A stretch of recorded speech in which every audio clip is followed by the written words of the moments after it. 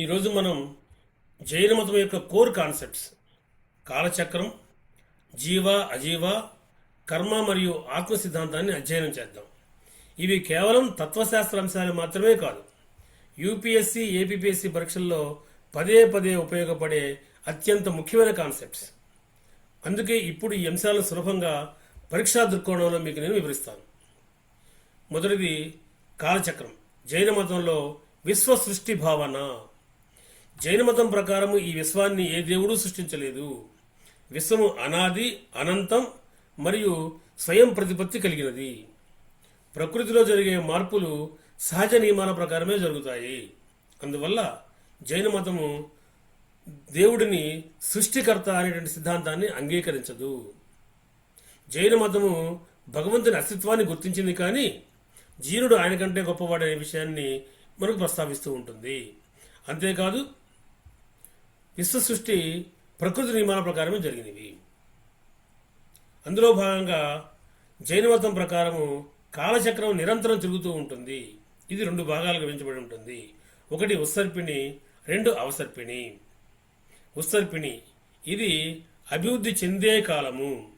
మానవుల ఆయుష్, శారీరక సామర్థ్యము, నైతిక విలువలు, సుఖ సంతోషాలు క్రమంగా పెరుగుతాయి.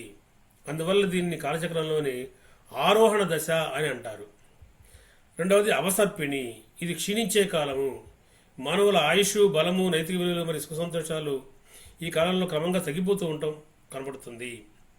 అందువలన దీని చక్రంలోని అవరోహణ దశ అని అంటారు.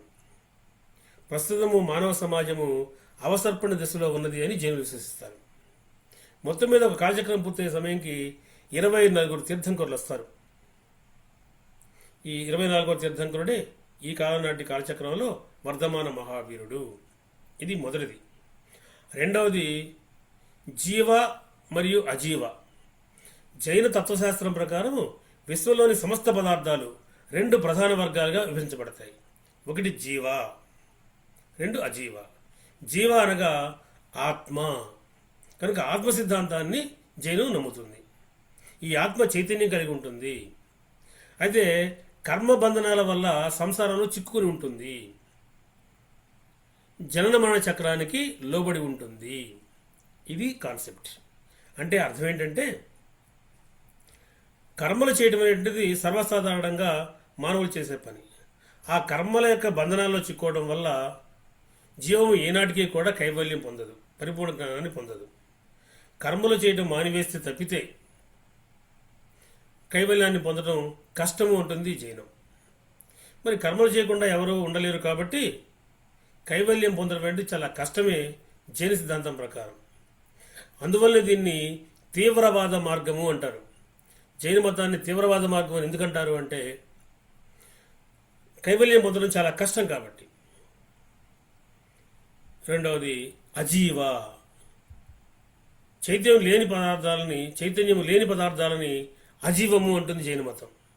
ఇవి 5 రకాలుగా ఉంటాయి. ఒకటి పుద్గళ. పుద్గళ అంటే ఏదో కాదు, పదార్థం, మ్యాటర్. ఇది 2 రకాలు.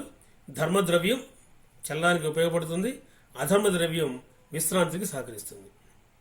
మొత్తం మీద పదార్థం పుద్గళ. ఆకాశం స్పేస్, కాలము టైం. చూడండి, పదార్థము, ఆకాశము, కాలము, వీటి గురించి మాట్లాడుతుంది. టైం స్పేస్ సైన్స్ కూడా ఆధునిక పరిజ్ఞానంలో. జీవ అజీవ మధ్యాల అనుసంధానమే పురోగతికి మార్గము అంటుంది జైన మతం. జీవ అజీవ పదార్థాల మధ్య అనుసంధానమే జీవ పురోగతికి మార్గము ఉంటుంది. ఇది చాలా ముఖ్యం. ఎగ్జామినేషన్ ఒకసారి ప్రశ్న కూడా అడిగాడు. మరొకటి కర్మ మరియు ఆత్మ సిద్ధాంతం. ఇందాక మనం చెప్పినట్లుగా ప్రతి జీవిలో ఒక శాశ్వతమైన ఆత్మ ఉంటుంది. ఈ ఆత్మ స్వభావంగా నిర్మలమైనది, సర్వజ్ఞమైనది, ఆనందమైనది మరియు అనంత జ్ఞానాన్ని కలిగి ఉంటుంది. అయితే మనిషి చేసే క్రియలు, ఆలోచనలు, కోరికల కారణంగా కర్మ అనే సూక్ష్మ పదార్థము ఆత్మకు అడ్డుకొని దాన్ని బంధిస్తుంది. జైన మతంలో కర్మను కేవలము నైతిక సూత్రంగా కాదు, ఆత్మకు అంటుకునేటువంటి ఒక సూక్ష్మ భౌతిక పదార్థంగా భావిస్తారు కర్మని. కాబట్టి ఆత్మ కర్మ బంధనాలకు లోనై ఉన్నంత కాలం కూడా ఈ జనమరణ చక్రం కొనసాగుతూనే ఉంటుంది. మరి దీన్ని దాటాలి అంటే జైన మతం ప్రతిపాదించింది త్రిరత్నములు, త్రిరత్నాలు.